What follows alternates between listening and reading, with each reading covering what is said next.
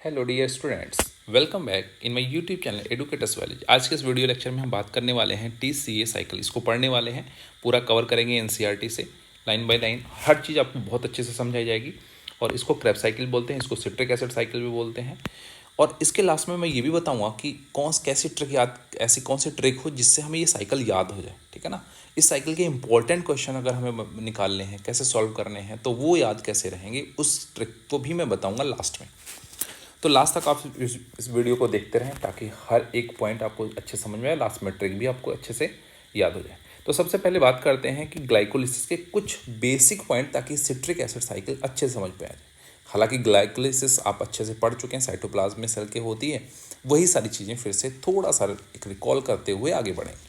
देखो, complete oxidation food क्या होता है, ये रिएक्शन बहुत बेसिक से पढ़ाई जाती है, क्लास 10 से पढ़ाई जाती है कि ग्लूकोज का जब ऑक्सीडेशन होता है इन प्रेजेंस ऑफ ऑक्सीजन, तो कंप्लीट ऑक्सीडेशन होता है, CO2 वाटर और एनर्जी बनती है। जब हम बात करते हैं ग्लूकोज से ग्लाइकोलिसिस होती है साइटोप्लाज्म के अंदर, तो हम बात करते हैं पायरुवेट बनता है। क्यों नहीं, CO2 वाटर और एनर्जी बन जाती है, क्योंकि ये होता है इनकम्प्लीट ऑक्सीडेशन ऑफ फूड, क्योंकि इसमें ऑक्सीजन नहीं यूज़ हो पा रही है। क्लियर। तो ऑक्सीजन नहीं यूज़ हो पाने की वजह से क्या बनता है, इसको हम बोलते हैं इनकम्प्लीट ऑक्सीडेशन ऑफ फूड। और जब पायरुवेट की बात करते हैं तो पायरुवेट के स्ट्रक्चर की बात करते हैं। स्ट्रक्चर कैसा होता है, कीटो एसिड है, CH3COCOO- या CO यहाँ पे H लगा देंगे, यानी पायरुविक एसिड बन गया। ठीक है ना। तो ये एक कीटो एसिड होता है। अगर इसमें हम ऑक्सीजन ना दें, पायरुवेट में अगर हम ऑक्सीजन सेल के अंदर ऑक्सीजन की कमी हो जाए, ऑक्सीजन ना दें, तो अगर हम ईस्ट सेल की बात करते तो वहाँ एल्कोहल बनता था, लेकिन हम अपनी मसल सेल की बात करते तो वहाँ लैक्टिक एसिड बनता था। क्लियर। रेस्पिरेशन में हम लोगों ने पढ़ा था। लेकिन अगर हम ऑक्सीजन प्रोवाइड कर दें माइटोकॉन्ड्रिया के अंदर, CO2 वाटर एनर्जी में कन्वर्ट हो जाएगा, यानी अब कंप्लीट ऑक्सीडेशन हो जाएगा अगर हम ऑक्सीजन दे दें। लेकिन अगर हम ऑक्सीजन की सप्लाई नहीं दे रहे थे तो ये प्रोडक्ट हमारे पास बन रहे थे और हम इसको कंप्लीट बोले थे इनकम्प्लीट ऑक्सीडेशन ऑफ फूड। ये सारी चीज़ें आपने पढ़ रखी है। ये भी पढ़ा है कि सेल के अंदर जो ग्लाइकोलिसिस होती है वो साइटोप्लाज्म के अंदर होती है। और ये पायरुवेट जो बनता है ग्लाइकोलिसिस से, वो माइटोकॉन्ड्रिया के मैट्रिक्स में एंटर कर जाता है। और माइटोकॉन्ड्रिया के मैट्रिक्स में एक साइकिल चलती है, जिस साइकिल को क्रैब साइंटिस्ट ने सबसे पहले डिस्कवर करा था, तो इसी के नाम पे बन गया क्रैब्स साइकिल। क्लियर। माइटोकॉन्ड्रिया के कहाँ चलेगी, मैट्रिक्स के अंदर। मैट्रिक्स के अंदर ये ऑपरेट होती है। क्योंकि क्यों मैट्रिक्स में होती है, क्योंकि वहाँ पे सारे एंजाइम पाए जाते हैं जो क्रैब साइकिल को ऑपरेट करते हैं, इसीलिए मैट्रिक्स में होती है। क्लियर। अब बात करते हैं, अगर ग्लूकोज जो होता है, जो 6 कार्बन का कंपाउंड है, उससे पायरुविक एसिड बनता है या पायरुवेट बनता है, जो कि फर्दर कितने कार्बन का होता है, 3 कार्बन का। प्रोसेस को ग्लाइकोलिसिस बोलते हैं। ये चीज़ हमने पढ़ रखी पहले से, लेकिन इसके आगे की चीज़ हमें अब समझनी। जो पायरुविक एसिड होता है, जो 3 कार्बन का कंपाउंड होता है, वो मैट्रिक्स में तो चला गया, लेकिन वो क्रैब साइकिल में एंटर नहीं कर पाएगा। ठीक है। तो क्रैब साइकिल में एंटर करने के लिए उसको क्या करना पड़ेगा, अपने एक कार्बन को रिलीज करना पड़ेगा, हटाना पड़ेगा। 2 कार्बन का कंपाउंड बनेगा, तभी जाके क्रैब साइकिल में एंटर करेगा। तो अगर 3 कार्बन का कंपाउंड 2 कार्बन में इसको चेंज करना है, तो हम क्या करेंगे, उसमें से एक CO2 हटा दो, यानी डीकार्बोक्सिलेशन कर देंगे। तो इससे क्या होगा, इससे एक CO2 रिमूव हो गया। उसी के साथ हमने इसमें को एंजाइम को ऐड करा है। उसी के साथ यहाँ पे एक एंजाइम, एक आयन भी लिया गया है मैग्नीशियम आयन की प्रेजेंस में। और यहाँ पे जो रिएक्शन ऑपरेट होती है, कैटालाइज होती है, तो कौन सा एंजाइम होता है, पायरुवेट डिहाइड्रोजिनेज। और फॉर्मेशन होता है हमारे पास एस्टिल को एंजाइम में, जो कि फर्दर कितने कार्बन का कंपाउंड बन रहा है हमारे पास, 2 कार्बन का। यानी पायरुविक एसिड से 2 कार्बन के कंपाउंड को बना रहे हैं पायरुवेट डिहाइड्रोजनेज एंजाइम के प्रेजेंस में। इस रिएक्शन को हम लोग लिंक रिएक्शन बोलते हैं। और लिंक रिएक्शन में हमारे पास उसी समय NAD+ एक एनर्जी के कंपाउंड में कन्वर्ट होता है, जिसको हम NADH बोलते हैं, NADH। क्लियर। तो ये रिएक्शन आपको याद हो गई। यहाँ पे आप स्ट्रक्चर देख सकते हैं, CH3COO ये कोएंजाइम ये लगा हुआ है। तो ये इसको हम पूरे स्ट्रक्चर को नाम देते हैं एसिटिल कोएंजाइम। तो आप स्ट्रक्चर याद करने की आपको जरूरत नहीं है, आपको नेम याद करने की ज़रूरत है। उसके साथ ही मैंने ये भी दिखाया है कि इसमें फैटी एसिड जो हैं, ये अमीनो एसिड हैं, इनका ब्रेकडाउन होके फाइनल, अगर इनसे हमें क्रैब साइकिल ऑपरेट करनी होती है, तो इसको पहले किस में कन्वर्ट होना होता है, एसिटिल कोएंजाइम में। चाहे ग्लूकोज हो, चाहे फैटी एसिड्स हो, या फिर हमारे पास अमीनो एसिड्स हो, फाइनली उनको किस में कन्वर्ट होना पड़ेगा, एसिटिल कोएंजाइम में। अच्छा, अब एसिटिल कोएंजाइम तो बन गया 2 कार्बन का, अब तो एंट्री करा देंगे ना। हाँ, बिल्कुल कराएंगे। अब माइटोकॉन्ड्रिया के मैट्रिक्स में चलते हैं। मैट्रिक्स में एक साइकिल चल रही, ऑपरेट हो रही है, इसको बोलते हैं क्रैब साइकिल। इसी को सिट्रिक एसिड साइकिल भी बोलते हैं। ठीक है ना। तो सिट्रिक एसिड साइकिल क्यों बोलते हैं, यहाँ पे आपको क्लियर हो जाएगा। तो यहाँ पे देखो ये जो कार्बन है ना, ये ऑक्जेलो एसीटेट यहाँ पे पहले से प्रेजेंट है, जो कि कितने कार्बन का, एक 4 कार्बन का कंपाउंड है ऑक्जेलो एसीटेट।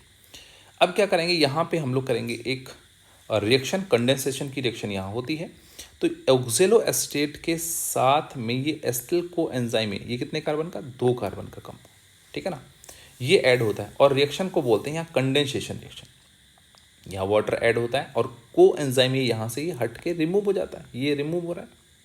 तो यहाँ पे जो एंजाइम कैटालाइज कर रहा है इस रिएक्शन को, उसको बोलते हैं सिट्रेट सिंथेज, ठीक है ना।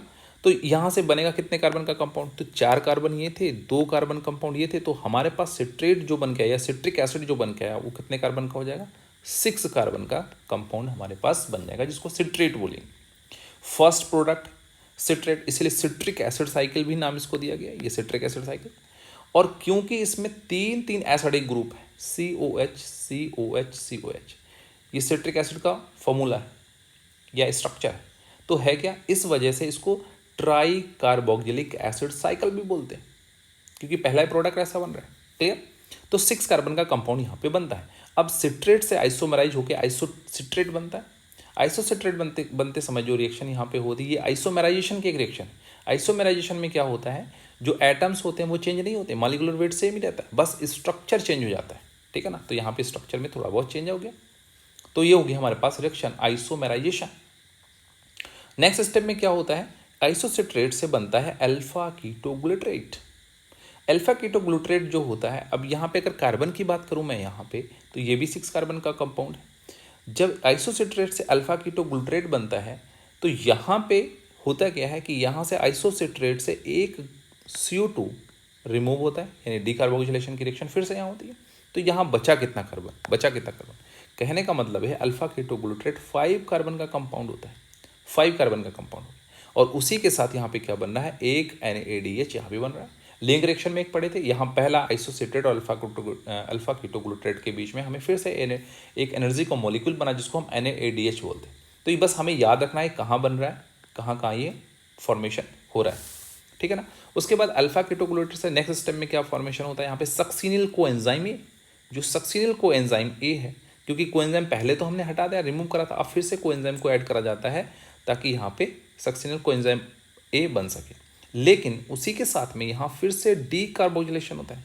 कहने का मतलब ये हो गया अल्फा कीटोग्लूट्रेट से पहले और अल्फा कीटोग्लूट्रेट के बाद दोनों ही स्टेप में डीकार्बोक्सिलेशन हो रहा है, तो कार्बन का नंबर फिर से चेंज हो जाएगा, और कार्बन का नंबर कितना जाएगा, यहाँ पे 4 कार्बन का कंपाउंड बन जाएगा। नेक्स्ट स्टेप में फिर से सारे के सारे जो कार्बन होंगे, जो कंपाउंड होंगे, वो 4 कार्बन के ही होंगे, ठीक है। यहाँ भी हमको एक NADH मिलता है, एक NADH हमें यहाँ भी मिल रहा है, ठीक है ना। जब सक्सिनिल कोएंजाइम ए से फॉर्मेशन होता है सक्सिनेट, ठीक है ना, तो हम फिर से कोएंजाइम को हटाएंगे, कोएंजाइम को हटा दिया जाता है। उसी समय एक हाई एनर्जी के मॉलिक्यूल से फॉस्फेट को निकाल के लाएंगे और ADP में जोड़ देंगे, सॉरी GDP में जोड़ देंगे। ADP या GDP बात एक ही, क्योंकि ATP और GTP जैसे है, ये इक्वल होता है ATP के, तो GDP इक्वल किसे, ADP के। तो ADP या फिर GDP में क्या करेंगे, हम एक फॉस्फेट ऐड कर देंगे। इस रिएक्शन को यहाँ पे जो फॉस्फेट का एडिशन हो रहा है, जिसमें GTP फॉर्मेशन हो रहा है, उसको बोलते हैं substrate level phosphorylation. Substrate level phosphorylation का क्या मतलब हो गया, हमने एक हाई एनर्जी मॉलिक्यूल से फॉस्फेट को हटा के किसको दे दिया है, GDP को दे दिया है।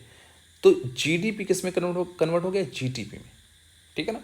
और यहाँ पे कोएंजाइम ये यहाँ से रिमूव हो जाता है। उसके बाद सक्सीनेट फॉर्मेशन होता है। सक्सीनेट के नेक्स्ट स्टेप में फ्यूमरेट बनता है, और फ्यूमरेट जब बनता है तो इसी स्टेप में हमारे पास FADH2 बनता है। ये भी एक एनर्जी, ये सारे एक एनर्जी के मॉलिक्यूल्स, ये सारे एनर्जी के मॉलिक्यूल्स। फाइनली इससे फिर बाद में ATP प्रोडक्शन करा जाएगा, इसे ATP में कन्वर्ट कर लेंगे। और उसके बाद फ्यूमरेट के बाद नेक्स्ट स्टेप में क्या आता है, मैलेट आता है, और मैलेट से जब ऑक्सिलो एसीटेट बनता है तो फिर से हमारे NADH मिलता है। तो कितने NADP मिल रहे हैं, NADH कितने मिल रहे हैं हमारे पास, तो NADH हमारे पास एक ही हो गया, टोटल 3 मिल रहे हैं, 1 2 एंड 3। 3 NADH फॉर्मेशन हो रहा है पूरे क्रेब्स साइकिल के अंदर या सिट्रिक एसिड साइकिल के अंदर। एक FADH2 बन रहा है और एक हमारे पास GTP फॉर्मेशन हो रहा है, सबस्ट्रेट लेवल वाला। क्लियर। अब नेक्स्ट देखते हैं। हम नोट यहाँ पे क्या है कि एक NADH जो होता है वो 3 ATP के बराबर होता है। कहने का मतलब ये हुआ कि एक NADH से हम कितने ATP बनाएंगे, आगे 3 ATP, और एक FADH कितने बनाएंगे, 2 ATP बनाएंगे, एंड 1 GTP से हम बनाएंगे 1 ATP। तभी तो हम बोले थे GTP is equal to ATP। इसका मतलब हो गया, अगर क्रैब साइकिल की मैं बात करूं, क्रैब साइकिल में हमारे पास टोटल 3 NADH बनते हैं, उस हिसाब से हमारे पास 9 ATP बनने चाहिए, जो कि बनते ही, और एक FADH2 बनता है यहाँ पे, एक FADH2 बनता है, उस हिसाब से हमारे पास कितने ATP बनने चाहिए, 2 ATP, और एक JTP बनता है। तो कहने का मतलब हो गया, अगर एक एसिटिल को एंजाइम इंटर किया क्रैब साइकिल के अंदर, तो टोटल ATP हमारे पास 12 ATP होंगे।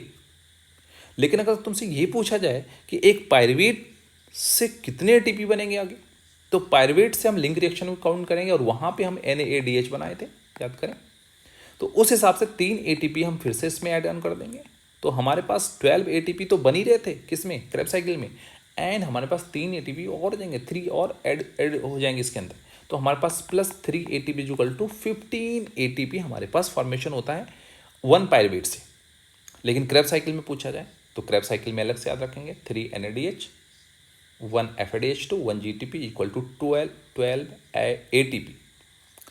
इसके बाद ट्रिक की बात करते हैं, जो कि आपको सबको इंतजार होगा बहुत देर से कि ट्रिक बताओ कौन सी है। तो ट्रिक सुन लो, हमें याद करना पड़ेगा CI यानी सिट्रेट आइसोसिट्रेट, फिर alpha, CI alpha S² FMO।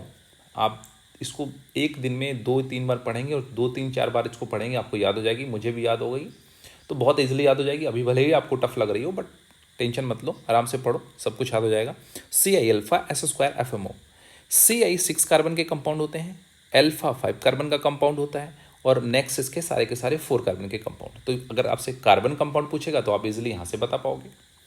उसके बाद हम बात करते हैं कि I और अल्फा, अल्फा के पहले और अल्फा के बाद, दोनों ऐसे याद कर लेंगे, अल्फा के पहले और अल्फा के बाद दोनों जगह CO2 रिमूव होता है, जिससे डी कार्बोक्सिलेशन रिएक्शन बोलते हैं। यहाँ पे डी कार्बोक्सिलेशन रिएक्शन हो जाती है, और 6 कार्बन का कंपाउंड पहले 5 कार्बन में, फर्दर 4 कार्बन में कन्वर्ट हो जाएगा, क्योंकि CO2 कम होता जा रहा है, यहाँ से आगे की तरफ CO2 कम होता जा रहा है। तो ये तो हमें याद करना है क्या, कार्बन के कंपाउंड और डी कार्बोक्सिलेशन कहाँ हो रहा है, इस ट्रिक से याद हो जाएगा। उसके बाद हम 5 स्टेप ऑफ डिहाइड्रोजिनेशन होता है। इसका मतलब यह हो गया कि कहाँ कहाँ हाइड्रोजन रिमूव होता है, और वहाँ पे NAD+ और FAD+, ये इनको एक्सेप्ट करके एनर्जी के मॉलिक्यूल कहाँ कहाँ पे बनाते हैं। तो हम बात करेंगे उसके लिए, हम मिस अल्फा याद करेंगे। मिस अल्फा, अल्फा को पहले रख लेंगे, रीअरेंज करके, थोड़ा सा रीअरेंज कर लें तो हम अपने लिए मतलब अच्छा हो जाएगा। अल्फा के बाद M के बाद I के बाद, देखो देखो देखो देखो, तीनों जगह हम देखते हैं, यहाँ पे रिएक्शन में देखो, अल्फा के बाद, M के बाद यानी मैलीट के बाद, I के बाद, तीनों जगह क्या बना है, NADH, तीनों जगह क्या बना, NADH, उसमें भी तीनों जगह क्या दिया है, NADH, यानी MIS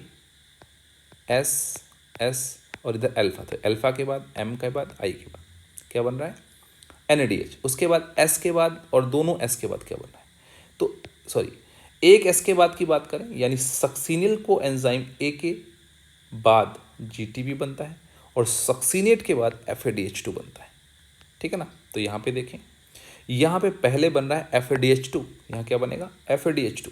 इसका मतलब ये क्या हो गया, सक्सीनेट, ये क्या हो गया, सक्सीनेट। तो पहला वाला है सक्सीनेट है, और दूसरा वाला सक्सीनिल कोएंजाइम है। तो यहाँ पे पहले बनेगा FADH2, फिर बनेगा GTP। तो ये एक ऑर्डर में भी है, यहाँ 3 ATP वाला एनर्जी मॉलिक्यूल है, यहाँ 2 ATP वाला और एक GTP वाला।